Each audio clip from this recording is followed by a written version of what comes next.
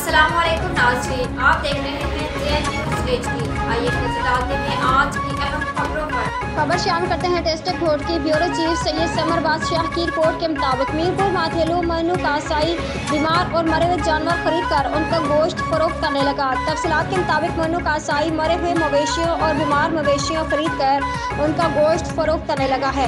बारिश के बाद मवेशियों में मुख्तलिफ अमराज की वजह से मवेशी मर रहे हैं और बीमार हो रहे हैं।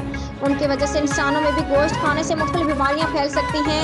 NPCH के अहदेदारान मौका पर पहुंचकर मनु कासाई को रंगे हाथों पकड़ लिया।